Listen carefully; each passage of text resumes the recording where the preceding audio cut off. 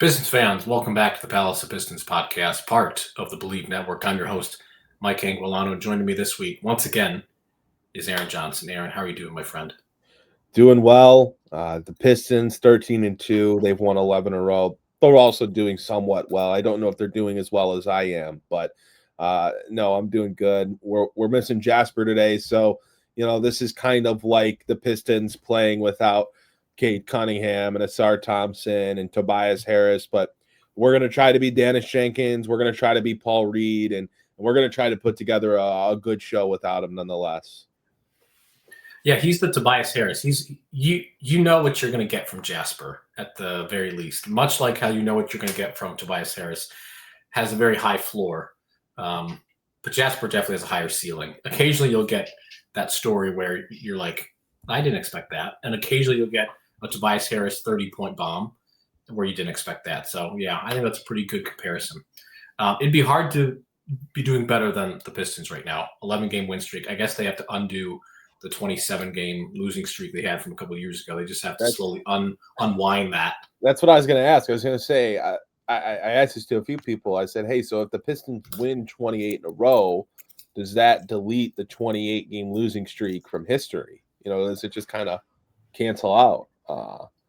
Because they might just do it at this rate. I'll say yes, because winning heals everything. Truly. No one's talking about that losing streak now. No one's talking about the Isaiah Livers and Joe Harris days. That's all in the rearview mirror. No one's even – that's like so far, it feels. And it's just a testament to how much winning actually heals organizations.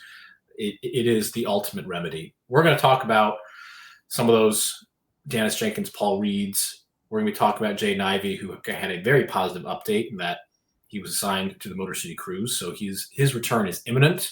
We're going to talk about a lot of other things as well, including those wins on that win streak, and maybe when they're going to lose next. Who knows? They have a pretty favorable schedule coming up. They play the Indiana Pacers, who are 1-13, who are not particularly good. But before we get into that, I do want to thank our sponsor for this week's episode, and that is FanDuel. FanDuel has been a very good partner for us the last several weeks, several months now at this point. Aaron, you want to drop a line for us? We can talk about it. How about the over-under for wins for the Pistons at this point? Yeah, kind of crazy because Jasper and I talked about this on the show before the season had started, but the win total line for Detroit, I think before the year began, was 47.5, and it's now after a 13-2 start to the season, it's at 50.5. So it's only gone up 3 games. But we're sitting at 50.5 for the Pistons. And it's an interesting line to me because, Mike, I think you said, according to Cleaning the Glass, they're on pace for 60 wins, or their expected win total is 60 games this year, based on where they're currently at per Cleaning the Glass. So this is, if you're looking at the analytics, maybe it's an opportunity, but it's an interesting line because, look, I'll be the first one to say I said I think they'll be right around 47.5, and if I had to pick one way, I think they're going to end up being right under that. And it looks like they're not going to go that direction. It looks like they're going to be above 47.5. If this is a 51-win team, that's another huge step in the right direction for Detroit. And with how they've started, it certainly feels attainable. Yes, they've played maybe not the strongest schedule right now. And this is something that we talked about when we previewed the schedule after it came out in August. But November was definitely a gettable month for them. We said this was a month that they really had to dominate when you looked at their schedule that month. So, yeah, they have played a little bit of a lighter schedule, and it's definitely going to reflect when you go back and look game by game at who they played. But I think now when you look at it, you also have to consider that they've been winning without key players for extended stretches, right? They obviously have played all their games without Jaden Ivey, who we're going to talk about here in a few minutes. But Tobias Harris has missed, 8, 9 games now? Sorry, Thompson has missed 4 or 5 games. Cade Cunningham missed 3 games. They have been with and without Karis LeVert for parts of the season. Jalen Duren just missed a couple of games. Isaiah Stewart has missed a number of games as well. So you essentially go down the roster, and at some point this year, they've been without every single key player outside of maybe a Duncan Robinson or a Paul Reed. Like they have benefited off a weak schedule, but they've also gone into some of these games without several starters. They've played games this year without their entire expected opening night starting lineup in Cade Cunningham, Jaden Ivey, Asar Thompson, Tobias Harris, and Jalen Duren, and yet they've still won those games. So it feels like, hey, they're playing great basketball right now. They're going to continue to get healthier. Can they get over 50 wins? It definitely feels attainable with this group and where they're standing at right now. Yeah, we had said before the season, I think was Jasper the under? I was the under. Jasper was the over. You were the under. Jasper was the over. I feel like given all the dominoes that are falling perfectly for them, because I'm looking at their upcoming schedule, and I'm going to take the over for 50 and a half or whatever it was, 51 and a half. How can you blame anyone for feeling that way? I mean, they're 13-2 right now. They've won 11 in a row, and they've been doing this without key players on the court all season long.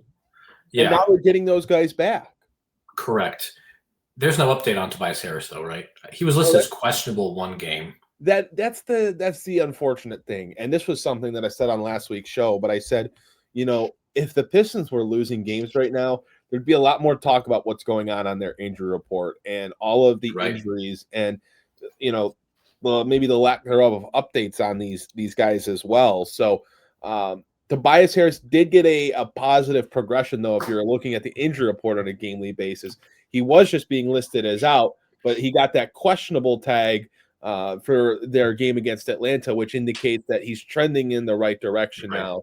And even if it's not their next game on Saturday, even though that would be 3 days, of additional time off from their last game against Atlanta on Tuesday, even if it's not that he returns Saturday, maybe at some point next week he's back in the fold for Detroit. So let's look at the next several games, because even in looking at the schedule, which is harder, you have the Bucks on the 22nd. No Giannis. No Giannis now. So you really catch a break there. You play Indiana, who is not the worst team in the league. They're going to get Benedict Mathurin back, or they already did. The worst team in the league, though, statistically? Well, they might be, but I don't think they're worse than the Brooklyn Nets. Fair. If I had to watch that game between those two, I would still take Indiana. Then they play Boston, who's obviously a depleted version of the Celtics. They're still a tough out every time. They're kind of figuring themselves out, though. They are, which is really annoying. They're going to end up making like some trade at the deadline that pushes them up slightly, and then they're going to get Jason Tatum back for the playoffs, and no one's going to want to play Boston. I could just see it. Then they play Orlando. Hang around in the East. They're not going to have to win 48 games to get into the playoffs, and they're playing essentially 500 ball right now. If they end up with 41, 42, 43 wins, they're going to be in a prime spot to get into the playoffs. Perhaps Jason Tatum's then back in the fold, and if they get closer to the deadline and they're continuing to play at this level where they're a 6, 7, 8, 9 seed in the East, knowing they're going to get Tatum back later in the year, it might incentivize them to then go out and try to make an additional move to bolster the roster for the second half of the season and the playoffs. So it's annoying, but it's true. Boston is not really going anywhere. They're going to hang around, and by the end of the year, it wouldn't surprise me if they're a whole lot healthier and a much more dangerous squad than what their record says. So the Pistons should beat the Bucks. Without Giannis, I know it's on the road. It'll probably be closer than we think without Giannis, but that's a team that's heavily predicated on Giannis. They should beat Indiana. Again, same thing with the Celtics. You never like playing them. They always punch above their weight, it seems, even if they don't have Jason Tatum. Orlando is up and down. They might not have Paolo Banchero. He's still out with an oblique injury. The Miami Heat are, again, another team that punches above their weight pretty consistently. And then you get the Hawks back again, and they are a pretty tough out. There's no update on Trae Young. And then you get the Bucks once again. And then Portland, who's, again, a team that's punching above its weight. So this is a fairly tough upcoming set of games. Aside from probably Indiana, I don't see how you could not think that they're going to get the over 50 and a half, basically get 51, 52 wins. The East is pretty weak. there's a ton of injuries right now. A lot of teams are not fully healthy, and it's definitely showing. So the Pistons are a team that is one of those injured teams. They just keep finding ways to win, and that's really the unteachable skill that, good teams have. Those Boston Celtics teams have. Yeah, so, I mean, it's a testament to the culture that this organization has cultivated under Trajan Langdon and JB Bickerstaff.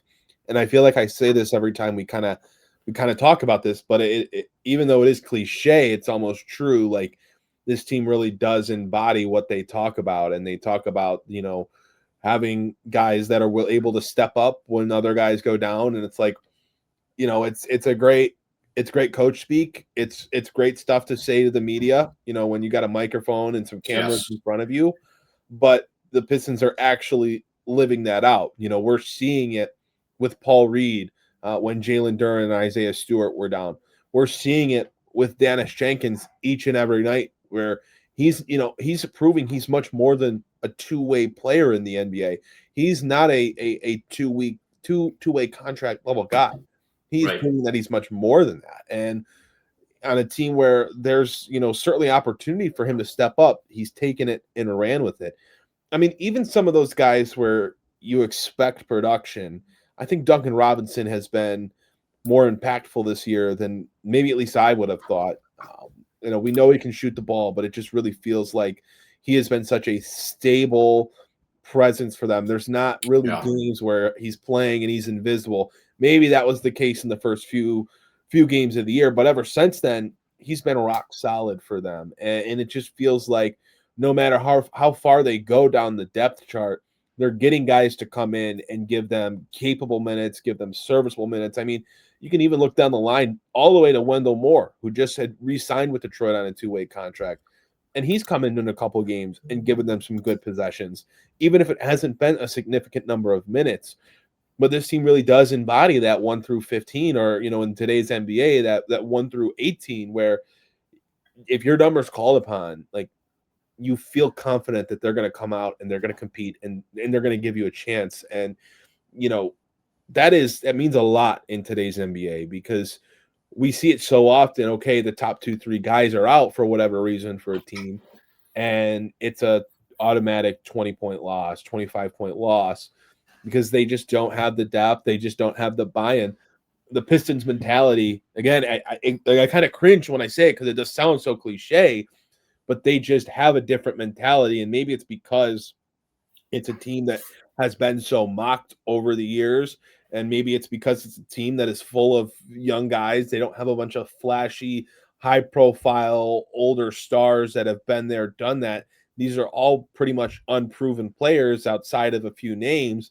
Mm-hmm. And they just play this brand of basketball that, no matter who they've got available, they are giving that other team a run for their money. And, for Detroit, it starts for them on the defensive end. It starts with the physicality that they play with, the demeanor that they play with on that side of the court, and it kind of level sets them for the game and allows them to get their offense going when maybe it's a team that doesn't have a great offense, especially when several of their top guys are out. But it's really refreshing. It's really an enjoyable experience to watch and to see take place. And yeah, I think as this team continues to get healthier, the sky is the limit right now for this team. They play a very free brand of basketball right now. There is not a whole lot of pressing. There is not a whole lot of tight-looking play. Cade is getting his spots at will. They are maximizing the skill sets of their key players. They're playing a different brand of basketball than what I think has traditionally become the norm in the NBA, very outside-inside. They're playing inside-outside, focusing on the paint. It's refreshing. It's honestly, it's refreshing, especially for this team that has been mocked. Like you said, they are playing with full confidence, and the coaching staff is reciprocating that level of confidence back at them, and it's very nice to see. But I do think that there is the potential for when you get Jaden Ivey back, and this is our segue to talk about Ivy, and when you get Tobias Harris back, there is going to be a reintegration process that is challenging. We've talked about vibes and how there's good vibe guys, and that extends to the court. not just in the locker room. There's a certain flow that the Pistons have mastered to start the year. There's a cadence that they have, seemingly churned out almost every possession. They don't feel overmatched in any way. But when you integrate somebody like Ivey, who is ball dominant and is coming back from, is this knee surgery separate from? It's obviously separate from his broken leg. Was this a totally new, unrelated thing? Yeah, Okay. unrelated to the last year's stuff. So you're integrating him back into a team that is playing so well. It's very easy to think, oh, he'll just slot right in and go back to being, the playmaker and the downhill threat, and everything will be fine. It's not easy. I mean, look at the Lakers last night bringing back LeBron. They were getting blitzed by the Utah Jazz to start that game, and they had to come back and win that game. It's not easy to bring these players back and just slot them in like 2K and everything's fine. So How do you think that's going to look with Ivey coming back personally? It's going to be an interesting challenge. And it's going to be an interesting challenge from the standpoint of you're bringing in a guy that's not going to have his game legs under him, and he's joining a 13-2 team as of right now that's won 11 in a row. They're playing a really good brand of basketball, and they have shown that with the guys that they have available, they are deep. These guys are capable and have earned rotation spots. And so you're going to be trying to integrate a guy that, quite frankly, just has not played with all of these guys and hasn't integrated himself into this rotation yet. I mean, you think of all these guys that have stepped into rotation spots for Detroit, Duncan Robinson, Javonte Green, even some, Dennis Jenkins and Chaz Lanier. Like, these are guys that Jaden Ivey hasn't really played with yet. And these are guys that can all essentially play the minutes that Jaden Ivey was going to give Detroit at the start of this season. So there's going to be some challenges in it. I think obviously the storyline that everyone will watch for is, does Jaden Ivey come back and immediately step into the starting lineup spot? I know JB Bickerstaff tends to give his guys their spots back based on where they were at prior to getting injured. But I don't know if that will be the case here. I think that they're trying to figure things out with this starting lineup that they've begun the season with. I think they know Duncan Robinson plays a huge role in it because of his shooting. And I also think that there needs to be an expectation that it's going to take some time for Jaden Ivey to get his legs under him. So it may make more sense for him, at least to start, to come back and play in 3, 4, maybe 5-minute bursts off the bench until he starts to get his legs under him and to get reintegrated into Detroit's offense. I think in the grand scheme, in the big picture, you'd like Jaden Ivey to be the guy that steps into that starting 2-guard spot again, because you want to know if him and Cade Cunningham really are your backcourt of the future. And it's a contract year for Jaden Ivey. So it's like kind of now or never if you're going to figure that out. I don't think Detroit wants to, slow roll this all season and go into the summer still not really knowing and still not really having all that much of an extended look at Cade Cunningham and Jaden Ivey together in the starting backcourt, being the two vocal points of an offense and of a playoff caliber team. So it wouldn't surprise me really either way, but I lean towards Jaden Ivey coming off the bench when he's ready to go, getting his legs under him. But I also think he's going to have to prove it as well now at this point that he's capable of stepping into that starting spot, because there's so many guys vying for those minutes. Even Chaz Lanier has given Detroit some solid minutes off the bench. Maybe he hasn't been out of this world stellar, but he hasn't hurt the team. And, that's valuable when it's your 10th, 11th, 12th, 13th guy on the roster, knowing that he can come in and look, maybe he's not going to swing the game for you in a positive direction, but he's also not going to go out there and take you out of the game because he's not prepared or not capable of giving you those minutes. So I think it's going to be a real battle, but I think it makes sense to slow roll Ivey at the start as he gets his feet under him and as he learns, how he's going to mesh into this Detroit system that is revving at a great rate right now. It'll be a challenge because we haven't seen him play competitive basketball since almost 2024 at this point. I think he broke his leg New Year's Day or the day after or something, or maybe it was New Year's Eve. Whatever, it's been a while. And he was assigned to the Motor City Cruise, which maybe some people take as he's going to play with them. I don't think that's going to be the case at all. He's going to practice with them, and that's it. So that could mean he's very close. I think maybe Saturday against the Bucks is too soon, but I could see if he's really that close, and there were some clips of him getting shots up, he could be back Monday against Indiana. That's a game that could make some sense. The Pacers are not particularly good. That could be a game where you might be resting a Cade Cunningham or sitting him out, or Jalen Duren might be sitting out, because your next game after that is the NBA Cup game against the Boston Celtics.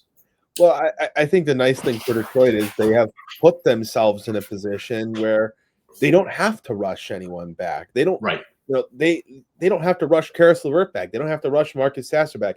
The same applies to Jaden Ivey and or Tobias Harris. Like, they're 13-2. They have played with the roster that they've had in front of them every game, and they have found different ways to win.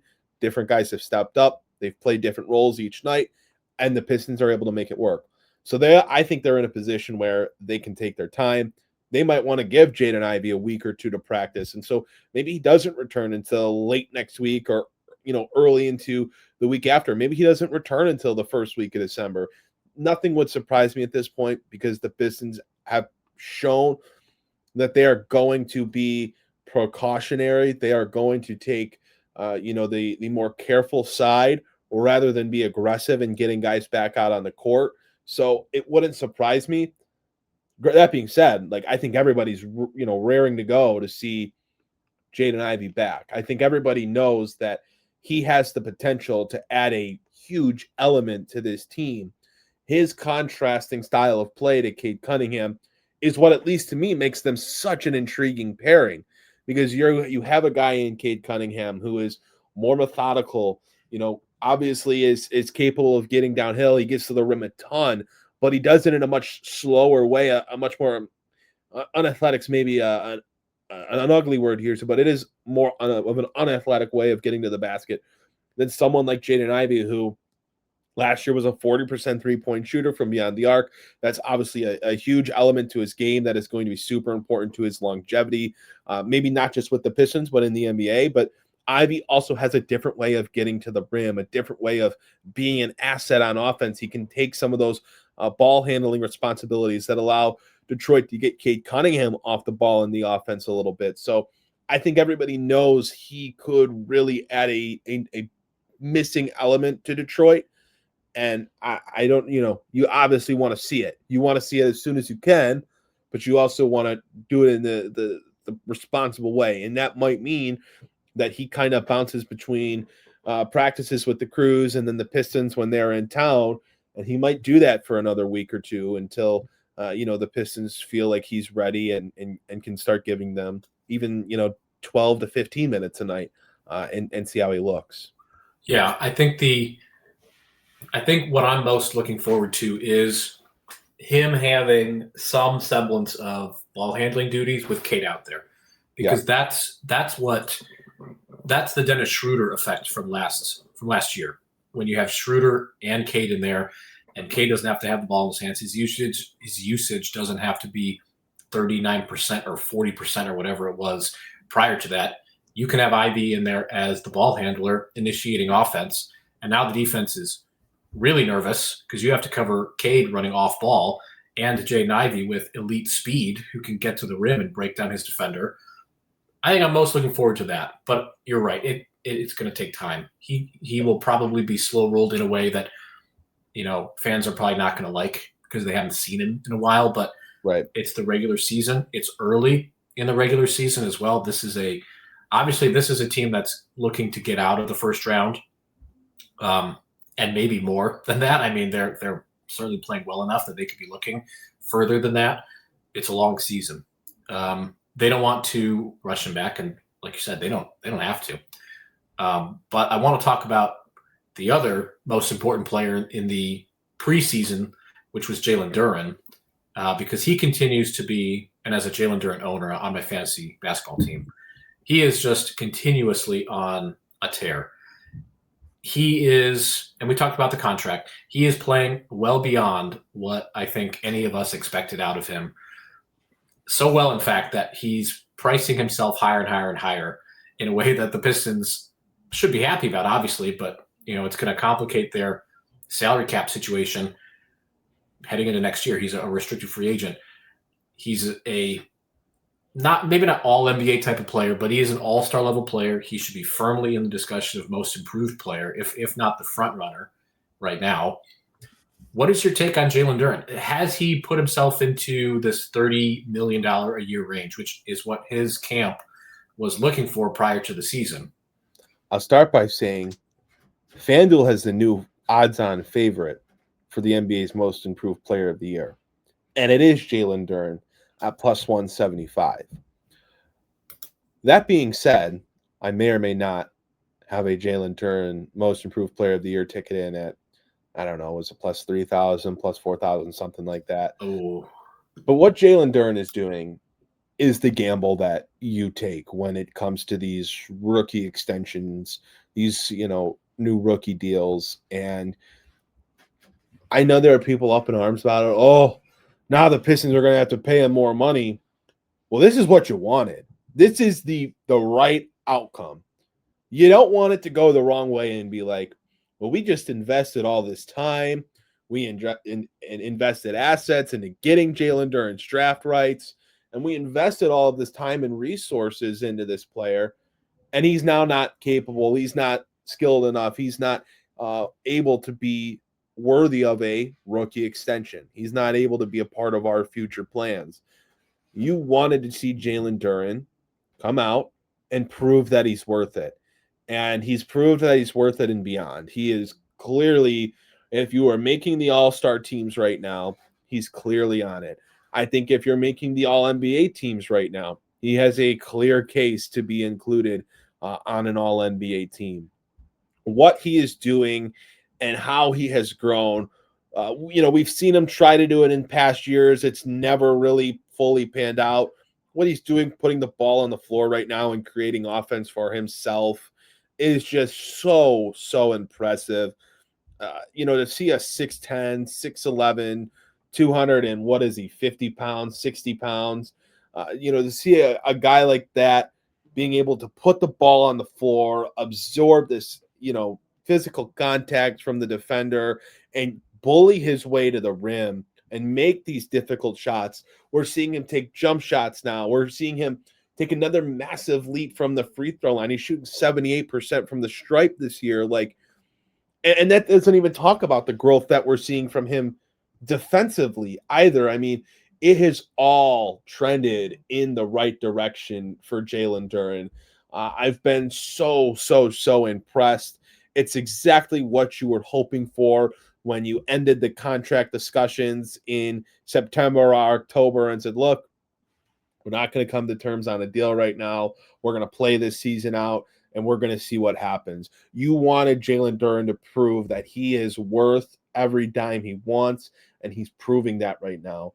And the scary thing is he turned 22 years old on Wednesday, the day that we're recording this. So it's not like he's a finished product yet whatsoever, and I think he's clearly cemented himself in these first 13 games of the season as Detroit's second best player, an all-star level player, and a massive building block as part of Detroit's core moving forward. I was very, very discouraged with Jalen Duren after year 2 in the NBA. Obviously, he made good strides last year, but this is next level stuff from him so far in year 4. And you can only hope that it continues to blossom. It continues to go in this direction, because if this is the Jalen Duren that Detroit is getting now, and he's going to continue to get better, the Pistons are going to have a very, very high level player at the center position, running the pick and roll, anchoring their defense. and being part of this future for Detroit alongside Cade Cunningham. Yeah, the pairing with Cade, he's the perfect complement to Cade in a two-man game situation. His efficiency is off the charts. He's protecting the rim in a way that we envisioned, several years back. He's looking like that 5 for 150 type of player that a lot of people balked at a month ago, 6 weeks ago, and now you're looking, okay, sign him. So, I mean, this is a good problem to have. I don't understand why there are people thinking, oh my gosh, why would I want to pay a 22-year-old all-star center what he's probably going to be worth? I mean, that's Jakob Poeltl money. I think Jakob Poeltl signed 3 for $90. Come on. He's probably going to get more than 25 million at this rate. The way that he's playing, the numbers that he's putting up, the impact that he's having, if he plays like this all year long, I feel very confident saying he's going to get more than $25 million annually. For sure. His camp was looking in the $30 million range, 5 for 150. Is he going to get more than that? Maybe he might. I mean, it's very early, but look at what he's doing so far. It's a huge step, and it's come at the perfect time. It's come at the absolute perfect time for this team, and it's beneficial for both sides. He bet on himself and is going to get paid, and the Pistons bet on him getting better, and they're going to get rewarded with one of the best young centers in the league, and you're going to have him for a long time. During Cade's prime, they match up almost perfectly. I don't know how this impacts Jaden Ivey's contract discussions as a guy who's, unfairly being looked at less because he's been hurt, but it is going to cause some tough decisions. But again, the front office has structured the roster in such a way that you can offload some of these contracts if you need to make more room for extensions. And overall, just a very positive picture for the Pistons right now, which is not something I think we were even considering 18 months ago this time. So kudos to Jalen Duren for proving us wrong as well, because we were doubters this time last year on this podcast, talking about the lack of growth and how JD Bickerstaff wanted to get him more touches at the elbow or more playmaking opportunities to pass the ball, and it just wasn't happening. We can eat crow. That's fine by me. I will accept that if this is the Jalen Duren that we are getting. This is what you wanted to see. This is what you wanted the outcome to be. You wanted him to prove that he's capable of getting a big-time contract. You wanted him to prove that he is still developing as a player and he's capable of taking necessary steps in his development. He's doing things that are necessary for him to be worthy of a big-time contract, to be worthy of being this team's franchise center. It's the free throw shooting. It's the improved defensive performances. It's the staying in ball games, not getting in foul trouble.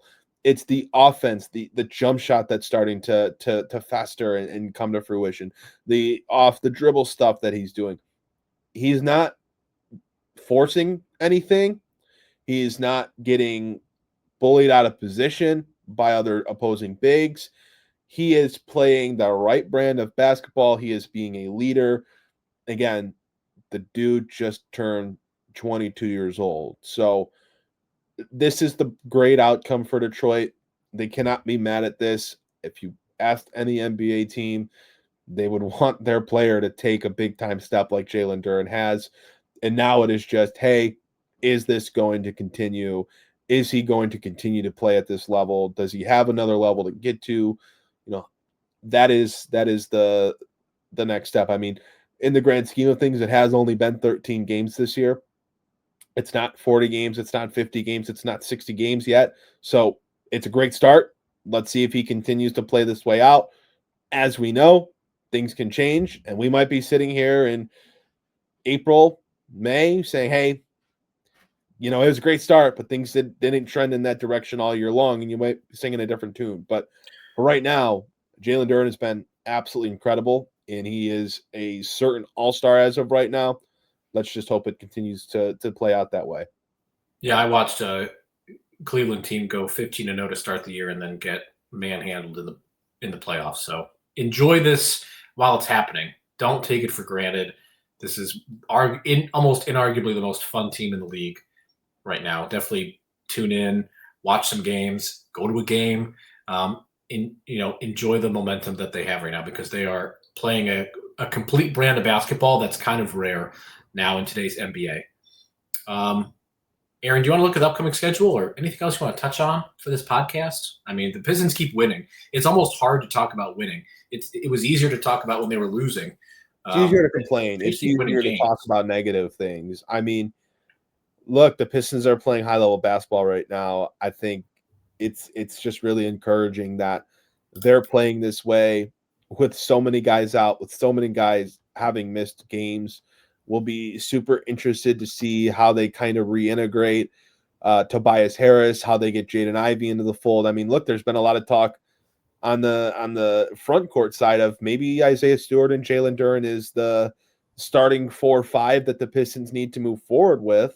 And, where does that leave Tobias Harris? I don't feel that way. I think that they can certainly, play Jalen Duren and Isaiah Stewart together. But I think overall, Tobias Harris is still the right guy in that starting lineup. But it's good to know, and it's good to see that you can play Duren and Stewart together and have very positive results. And so it gives you another element to your team. This injury, as unfortunate as it is for Tobias Harris, has kind of helped Detroit figure out and develop a really good pairing, a different lineup combination that they didn't really use a whole lot last year. And it's something that in today's NBA, where more teams are deploying a 4 and 5 that are both 6'10" and up, like, it's really encouraging that Stewart and Duren have worked so well together. So that'll be interesting to watch play out as Tobias Harris comes back. I would really be stunned if Tobias Harris comes back and is in a permanent bench role. But with how well the Pistons have played, maybe it's something that's being considered. I would be stunned. I think Tobias Harris is obviously such a well-respected veteran and didn't do anything to lose his starting spot. It's not like he's been playing bad basketball or anything like that. So, but it's another subplot in this. The Pistons are playing really well. They have all these guys that are individually playing really well. How do they get enough playing time for everyone? How do they put the ball in all these guys' hands enough to satisfy everyone? Those are some of the challenges that you might see if they ever are able to fully get to 100% full strength. Yeah, I'd be stunned too if Tobias Harris came off the bench. I think they want him in the starting lineup as that stabilizing force. Not that Isaiah Stewart and Jalen Duren is a bad pairing, and Cleaning the Glass just took a crap on me. I was going to look at their lineup data to see what they were on the court together, but it's going to be good numbers. That's the bottom line. The numbers are going to be very positive. It's going to be better than what we thought they were going to be this time last year, which was these two can't play together. It's impossible. Now it works out. I think Stu off the bench makes a lot more sense in terms of an energy component with that second unit, and Tobias Harris is a stabilizing force as a shooter, as a guy who can go get a bucket. Maybe he's not breaking down a defender like he may once have been able to do, at least a little bit better, but as a shooter, his floor is high enough that you're not going to worry about it. Like, it's going to be less of a spacing problem with Tobias Harris out there than Isaiah Stewart out there. And I think the energy that Stu brings with the second lineup, with a Ron Holland or whoever you pair him with, maybe it's Jaden Ivey. That's a very difficult lineup to tackle if all of those guys are coming off the bench, playing up against the opposing team's backups. So yeah, I would agree with you. I don't think Tobias Harris is going to be coming off the bench. But again, it is that challenge of integrating all these guys and giving them all the minutes that they deserve. I think one guy that, and I'll make this brief because I know we're going to wrap here, but I think one guy that could see his minutes decrease a little bit is Ron Holland. I think the hope was that he would step into a little bit of a bigger role when all these guys went down, and he did, figuratively, like he stepped into the starting lineup and started games for Detroit, but whether it was because he got lost in the shuffle or was forcing it, he just never really stood out. He had some poor shooting performances.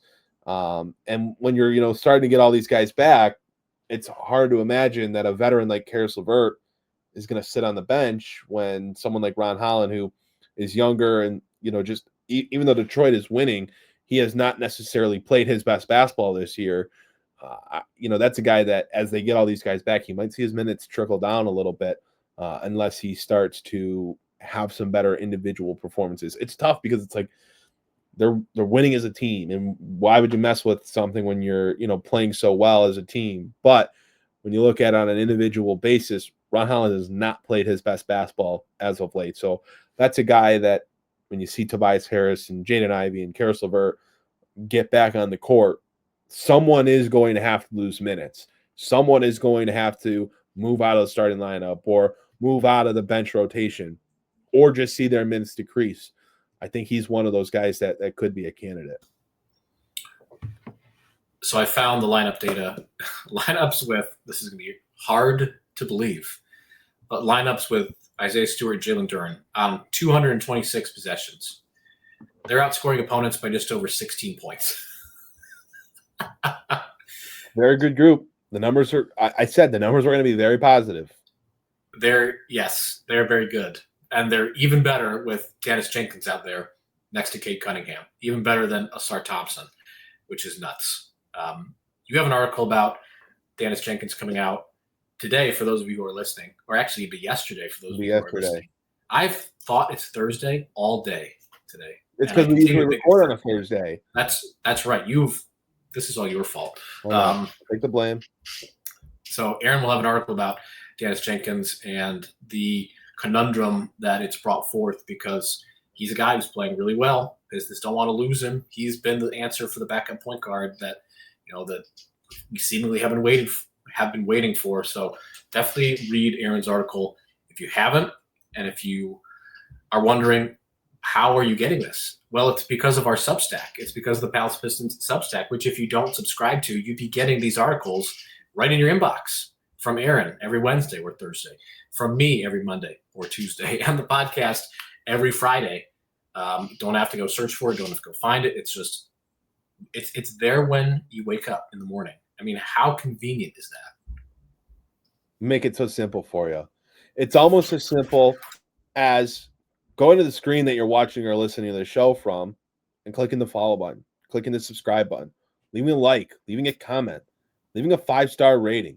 Those are all very simple things. It's as simple as typing in your email to get all of our content sent directly to your email inbox, free of charge. No additional work needed. Yes, I could work in sales. I don't work in sales, but I could. These are my pitches. It's such a low lift to ask from you, and it helps us out tremendously. It helps us hit our KPIs, right? It hits our SLAs, right? I can give you all the jargon. I could do this for another hour if you wanted me to. But we talk about Pistons basketball in this podcast, and that was 40-plus minutes of us talking about the best team in the Eastern Conference, the hottest team in the Eastern Conference, the Detroit Pistons. Hottest team in the NBA. Mike, take us home. All right. Well, that's going to do it for this week's edition of the Palace Pistons Podcast. I'd like to thank our sponsor for this week's show. And that is, of course, FanDuel, who has been a loyal sponsor for several weeks now. Go smash that over for the Pistons win total, because obviously they're going to win more than 51 games. Knock on all of the wood now here at my desk, because I don't want to jinx us from what has been a tremendous season. And we hope you'll be following along with us as we continue to cover the hottest team in the NBA and the Eastern Conference leading Detroit Pistons. For my co-host, Aaron Johnson, I'm Mike Anguilano. Thank you for joining us on this week's edition of the Palace Pistons Podcast, part of the Believe Network, and we will see you all next time.